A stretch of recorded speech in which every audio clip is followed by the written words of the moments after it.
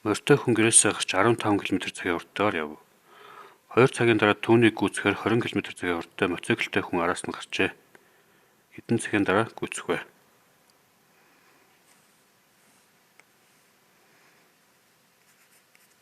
За энэ гэрнэ гэсэн гэж бодъё. Морьтой хүн 15 км/цагийн хурдтайгаар 2 цаг явсан. Тэгэхээр 15 км/цагийг үржих нь 2 цаг гэхлээр 30 км явсан гэсэн үг. За өөрөөр хэлэх юм бол 2 цагийн дараа морьтой хүн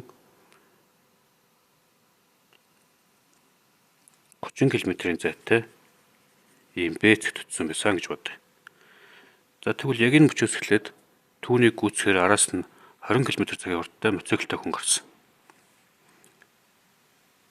Тэгэхээр морьтой хүн бол ийшээ цагт 15 км хурдтайгаар явна, харин түүнийг гүйцэж байгаа мотоциклтэй хүн болохоор 20 км/цагийн хурдтайгаар хойноос нь явна. Тэгэхээр хөөцөлдөж байгаа учраас тэр хоёрын хоорондох зай цаг тутамд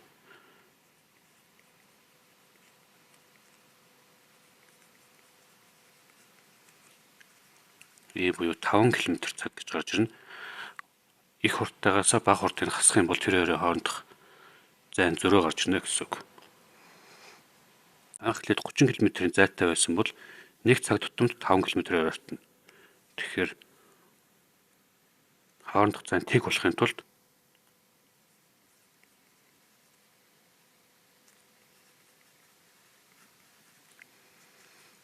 буюу 6 цаг шаардлагатай гэсэн.